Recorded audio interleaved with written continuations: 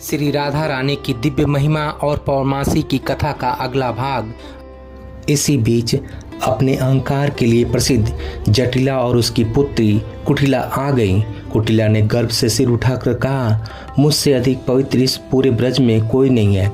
यह कलश मुझे दीजिए, मैं अपनी शुद्धता सिद्ध करके दिखाती हूँ। यमुना तट पर परीक्षा। सभी गोपियाँ पौर्णमासी के नेतृत्व में यमुना जी के पावन तट की ओर चल पड़ी। नंद महाराज की ओर से लाया गया वह 100 छेदों वाला सोने का कलश सूर्य की किरणों में चमक रहा था। कुटिला बड़े घमंड के साथ आगे बढ़ी और उसने कलश को यमुना के जल में डुबोया, परंतु जैसे ही उसने अपने कलश को ऊपर उठाया, उसके 100 छेदों से पानी की सैकड़ों धाराएं फूट पड़ी। देखते ही देखते कुटिला ऊपर से नीचे तक भीग गई और कलश पूरी तरह खाली हो गया। वहां उपस्थित गोपियां अपनी हंसी नहीं रोक पाई। लज्जित होकर कुटिला ने वह कलश अपनी माँ को देते हुए कहा, माँ तुम प्रयास करो, तुम मुझसे बड़ी हो। जटिला ने भी बड़े मान के साथ कलश हाथ में लिया और नदी में उतारा। परिणाम जस का तस रहा। जल की धाराओं ने उसके अहंकार को भी पानी पानी कर दिया और वह भी बुरी तरह से भीग कर पीछे हट गई। स्थिति अत्यंत गंभीर हो चुकी थी।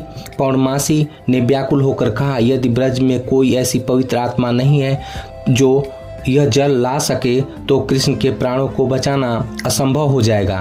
तट पर सन्नाटा पसर गया। तभी गोपियों के बीच से ललिता सखी ने साहस जुटाया और दृढ़ स्वर में कहा, इस संसार में केवल एक ही ऐसी महादेवी है जिसकी पवित्रता अतुलनीय है। वे हैं राजा वृषभानु की लाडली हमारी श्री राधा रानी। भीड़ में कानाफूसी होने लगी। कुछ लोग चकित थे तो कुछ को संदेह था, परंतु श्री राधा जो सदैव शालीनता और करुणा की प्रतिमूर्ति थीं, उन्होंने अपनी पलकें झुका ली और अत्यंत कोमलता से कहा, यदि मेरे प्रयास से मेरे प्रभु के प्राण बच सकते हैं तो मैं अवश्य प्रयास करूंगी। राधा का अलौकिक चमत्कार।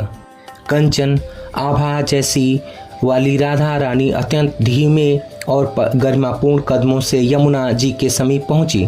उनकी पायलों की ध्वनि साक्षात भक्ति संगीत जैसी प्रतीत हो रही थी। यमुना मैया को प्रणाम कर उन्होंने मन ही मन प्रार्थना की, हे कालिंदी, यदि मेरा यह जीवन और मेरा रोम रोम केवल श्री कृष्ण के चरणों में ही समर्पित है तो कृपया इस कलश को रिक्त मत होने देना।